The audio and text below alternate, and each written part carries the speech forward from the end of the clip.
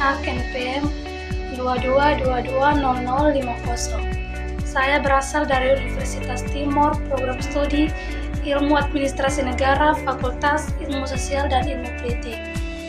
Baik, di sini saya akan menjelaskan mengenai beberapa materi yang ada di buku Komunikasi dan Advokasi Kebijakan.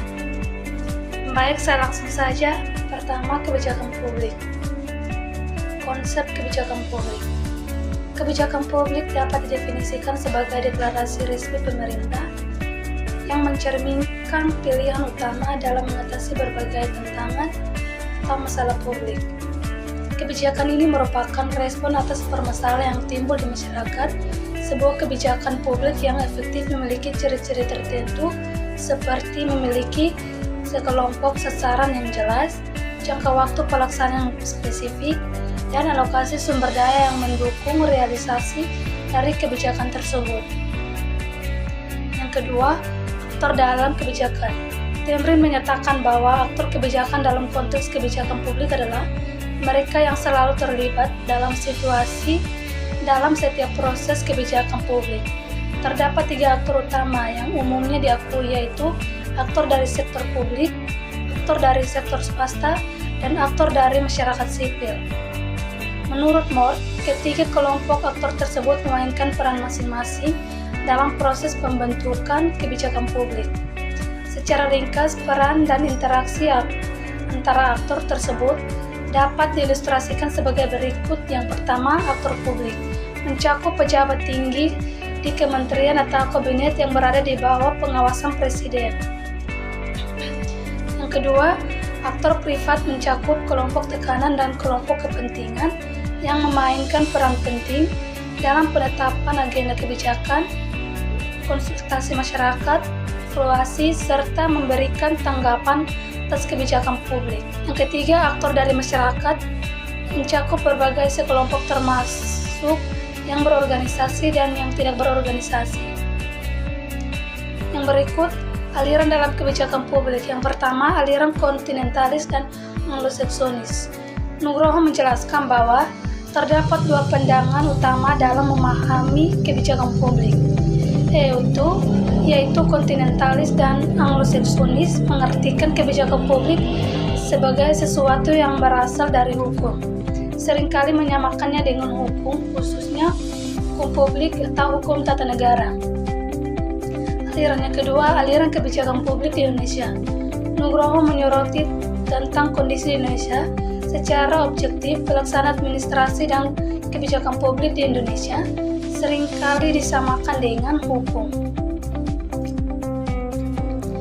Keempat, teori perumusan kebijakan. Dalam pendekatan rasional komprehensif, kualitas hasil kebijakan publik harus berdasarkan pada pertimbangan yang logis dan sesuai dengan situasi serta kapasitas yang ada. Terdapat 6 elemen kunci dalam teori rasional komprehensif, yaitu sebagai berikut. Yang pertama, pembuatan kebijakan menghadapi isu tertentu yang bisa dipertimbangkan secara terpisah dari isu-isu lain. Yang kedua, sasaran atau nilai-nilai yang menjadi acuan dalam pengambilan keputusan diidentifikasi dan dapat diurutkan berdasarkan prioritas. Yang ketiga, beragam solusi yang terkait dengan masalah tersebut yang ditinjau dengan cermat. Yang keempat, dampak baik dalam bentuk biaya maupun manfaat dari setiap solusi dievaluasi. Yang kelima, setiap opsi beserta dampak yang mungkin muncul dibandingkan dengan opsi-opsi lainnya. Yang keenam, penentuan solusi terbaik. Penentuan solusi terbaik yang sesuai dengan tujuan nilai yang dianut. Yang kedua, manajemen kebijakan publik. Pertama, perumusan kebijakan. Tahap perumusan menjadi langkah pertama dalam keseluruhan proses kebijakan publik. Yang kedua, manajemen kebijakan publik. Pertama, perumusan kebijakan. Tahap perumusan ini menjadi langkah pertama dalam keseluruhan proses kebijakan publik. Hal-hal yang ditentukan dalam tahap ini akan mempengaruhi keberhasilan kebijakan publik di masa mendatang. Penting untuk diketahui bahwa perumusan kebijakan yang efektif bukan hanya konsep idealis yang penuh dengan prinsip-prinsip normatif, tapi juga harus berfokus pada implementasi dan evaluasi. Oleh karena itu, perumusan kebijakan melibatkan serangkaian proses yang terbagi dalam beberapa tahap. Dalam hal ini, Repre menyebutkan tahapan-tahapan dalam kebijakan publik, yaitu yang pertama, agenda setting, yang kedua, formulation and legitimation, yang ketiga, program implementation, dan yang keempat, evaluation of implementation. Yang kedua, implementasi kebijakan. Hal terpenting dalam kebijakan publik adalah implementasi kebijakan. Apabila suatu kebijakan telah diputuskan, maka kebijakan tersebut tidak akan berhasil dan tidak akan terwujud jika tidak dilaksanakan. Upaya implementasi kebijakan memerlukan keahlian dan keterampilan untuk memahami permasalahan yang ada sehingga posisi birokrasi menjadi strategis. Model Van Meter dan Van Hort. Dalam konteks yang diberikan oleh Van Hort dan Van Meter, mereka menyoroti pendekatan top-down. Model ini beranggapan bahwa penerapan kebijakan terjadi secara bersamaan dengan kebijakan tersebut, individu yang menjalankannya, dan hasil dari kebijakan itu. Menurut Agustino, terdapat 6 variabel berikut yang mempengaruhi kinerja kebijakan publik dalam model Van Meter dan Van Hort. Yang pertama, dimensi dan sasaran kebijakan. Yang kedua, sumber daya. Ketiga, sifat dan pelaksanaan. Keempat, sikap dan peran pelaksanaan. 5. Interaksi dan koordinasi antar lembaga serta pelaksanaan. Yang keenam, konteks ekonomi, sosial, dan politik. Yang kedua, model Edward. Dalam pendekatannya, Edward menekankan pada 4 poin krusial untuk memastikan konektivitas implementasi kebijakan. 4 poin tersebut yaitu sebagai berikut. Yang pertama, komunikasi. Yang kedua, sumber daya. Ketiga, kesediaan atau sikap. Dan yang keempat, struktur birokrasi. Yang ketiga, evaluasi kebijakan. Evaluasi kebijakan dijalankan untuk mengukur sejauh mana kebijakan publik berjalan efektif dan dapat dipertanggungjawabkan kepada publik guna mencapai sasaran yang telah ditentukan. Evaluasi ini bertujuan untuk mengidentifikasi perbedaan antara harapan dan realitas. Yang ketiga, dinamika kebijakan publik. Konteks yang pertama, konteks makro kebijakan publik. Makro kebijakan publik adalah strategi dan tindakan yang diambil oleh pemerintah dengan tujuan mempengaruhi keseluruhan perekonomian atau struktur sosial secara menyeluruh. Kebijakan jenis ini umumnya difokuskan pada indikator makroekonomi utama seperti tingkat pertumbuhan ekonomi, inflasi, dan pengangguran. Yang kedua, arti penting kebijakan publik. Menurut Anderson dan Ye, menyebutkan bahwa studi kebijakan publik memiliki 3 manfaat penting, yaitu sebagai berikut. Yang pertama, berguna dalam perkembangan ilmu pengetahuan. Yang kedua, berguna dalam meningkatkan profesionalisme praktis dengan memahami kebijakan publik. Yang ketiga, berguna untuk tujuan politik. Keempat, teori-teori pengambilan keputusan kebijakan. Pertama, teori rasional komprehensif. Ogilvy menjelaskan bahwa teori analis kebijakan rasional komprehensif berlandaskan logika rasional dan menggunakan data serta informasi yang lengkap. Setiap analisis perlu dilaksanakan dengan hati-hati, ketelitian, dan perhatian terhadap detail. Dilakukan dengan memanfaatkan informasi yang telah dikumpulkan untuk menghasilkan kebijakan yang berdampak positif. Yang kedua, teori inkremental. Teori inkremental pada hakikatnya memandang kebijakan publik sebagai kelanjutan dari kegiatan-kegiatan yang dilakukan oleh pemerintah masa lampau. Dengan hanya melakukan perubahan-perubahan seperlunya, teori inkremental ini untuk pertama kalinya dikembangkan sebagai kritik terhadap model rasional komprehensif. Dalam pembuatan kebijakan publik, pendukung teori ini menyatakan bahwa perubahan tambahan lebih cepat dari perubahan komprehensif. Yang ketiga, teori pengamatan terpadu. Teori ini merupakan kombinasi dari teori rasional dan inkremental. Imitasi Etizioni adalah tokoh di balik model ini. Pada tahun 1967, ia mengenalkan suatu teori yang bertujuan untuk menjembatani perbedaan antara teori rasional, komprehensif, dan teori inkremental. Yang kelima, komunikasi publik. Pertama, komunikator. Definisi komunikator. Komunikator adalah individu atau identitas yang memulai. Ketiga, syarat-syarat komunikator. Yang pertama, memiliki kedekatan dengan khalayak, dan yang kedua, mempunyai kesamaan serta data tarik sosial dan fisik.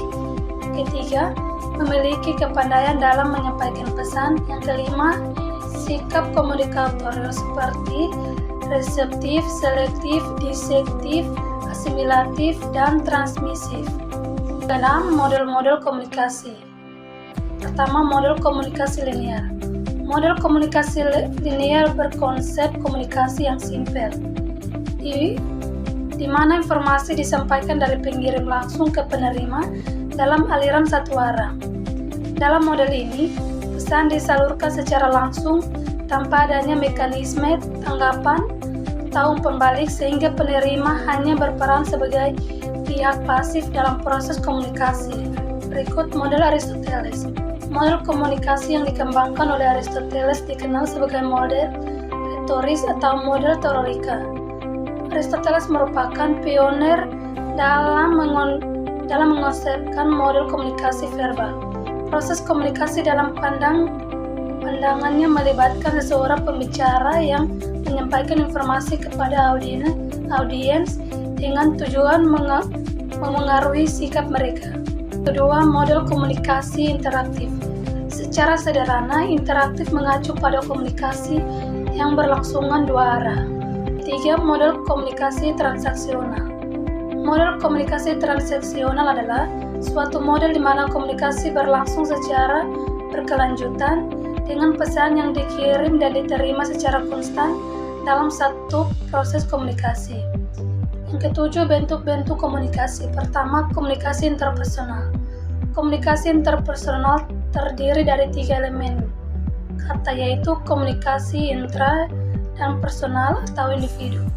Komunikasi didefinisikan sebagai proses di mana informasi ditukarkan antara individu melalui simbol-simbol, tanda-tanda, atau perilaku. Adapun istilah personal merujuk pada hal yang bersifat individu atau khas individu. Kedua, komunikasi interpersonal. Komunikasi interpersonal pada dasarnya adalah interaksi tatap muka antara individu dan individu, di mana setiap partisipan mempengaruhi pandangan orang yang tidak diajak berkomunikasi. Salah satu jenis khusus dari komunikasi interpersonal ini dikenal sebagai komunikasi diadik. Ketiga, komunikasi kelompok. Komunikasi kelompok terjadi ketika seorang komunikator berinteraksi dengan sebuah kelompok yang terdiri dari lebih dari 2 orang. Teknik-teknik komunikasi kebijakan. Pertama, persuasi. Liardo mendefinisikan persuasi sebagai sebuah metode komunikasi yang bertujuan mengubah keyakinan, pandangan, niat, atau perilaku seseorang melalui kata-kata dan isyarat nonverbal, baik dilakukan dengan kesadaran maupun sebaliknya. Yang kedua, kampanye. Menurut Rogers, kampanye merupakan aktivitas komunikasi terstruktur yang bertujuan untuk mencapai hasil khusus pada target audiens dalam menjangka waktu yang ditentukan. Yang ketiga, lobby. Dalam kamus besar Webster, lobby atau lobby didefinisikan sebagai kegiatan yang ditujukan untuk memengaruhi pegawai pemerintah, terutama anggota lembaga legislatif, saat merumuskan peraturan. Yang keempat, komunikasi pemerintah. Komunikasi pemerintah merupakan bentuk dari komunikasi antar manusia yang berlangsung dalam lingkungan organisasi pemerintah. Kelima, human relation. Apabila diterjemahkan secara harfiah, Human relation berarti hubungan antara manusia. Meskipun di terjemahan ini teknisnya benar, tetapi tidak sepenuhnya merefleksikan esensi dari human relation. Yang kesembilan, advokasi. Pertama, pengertian advokasi. Advokasi berasal dari bahasa Belanda yaitu advokat atau advokatur, yang berarti pengacara atau pembela. Oleh karena itu, istilah advokasi ini sangat lekat sekali dengan profesi hukum. Adapun kata advokasi dalam bahasa Inggris mempunyai definisi sebagai advokat yang mempunyai definisi tidak hanya membela, juga dapat berarti mengemukakan atau memajukan, menciptakan, dan melakukan perubahan. Ketiga, unsur-unsur advokasi. Unsur-unsur dalam advokasi adalah fondasi yang membuat advokasi menjadi efektif. Sarma menunjukkan bahwa terdapat 8 unsur pokok dalam advokasi, yaitu sebagai berikut. Yang pertama, memilih tujuan advokasi. Kedua, menggunakan data dan penelitian untuk advokasi. Ketiga, mengidentifikasi sasaran advokasi. Keempat, mengembangkan dan menyampaikan pesan advokasi. Yang kelima, membentuk koalisi. Keenam, membuat presentasi yang persuasif. Ketujuh, mengumpulkan dana dan advokasi. Kedelapan, mengevaluasi usaha advokasi. Yang keempat, prinsip-prinsip advokasi. Tujuan advokasi yaitu menciptakan perubahan di dalam masyarakat. Seseorang harus siap menghadapi hambatan, penentangan, dan pertentangan dalam rangka mencapai tujuan advokasi. Tidak ada satu formula pasti yang menjamin sukses dalam advokasi. Soeharto menunjukkan prinsip-prinsip berikut yang disajikan acuan dalam menyusun strategi advokasi yang efektif, yaitu yang pertama dalam menjalankan advokasi. Kedua, advokasi harus dilakukan secara sistematis. Yang ketiga, dilakukan secara taktis. Ke-10, advokasi kebijakan. Pertama, aktor dalam advokasi kebijakan. Dalam konteks ini, advokasi kebijakan memegang peran kunci. Advokasi kebijakan bertujuan untuk memengaruhi para pembuat kebijakan agar selalu berlandaskan pada transparansi dan responsivitas dalam setiap keputusan yang diambil. Kedua, tujuan advokasi kebijakan. Pertama, perbaikan substansi kebijakan. Yang kedua, perbaikan proses penyusunan dan perbaikan. Dan ketiga, meningkatkan transparansi dan akuntabilitas. Ke-11, strategis kebijakan yang efektif. Pertama, advokasi melalui media. Combs menjelaskan bahwa media telah menjadi instrumen kunci dalam memengaruhi opini publik dan keputusan pembuatan kebijakan. Kekuatan media dalam menentukan apa yang orang pikirkan tentang suatu isu membuatnya menjadi alat yang efektif untuk advokasi. Media dalam konteks ini merujuk pada berbagai platform komunikasi seperti televisi, radio, koran, majalah, serta media sosial. Yang ke-12, policy brief.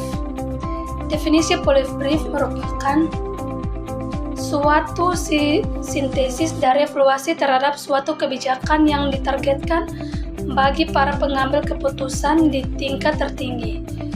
Tujuannya adalah untuk menganalisis masalah spesifik dan mengajikan opsi-opsi kebijakan, temuan-temuan terbaru, serta sasaran-sasaran terbaru untuk kebijakan yang hendak dibuat.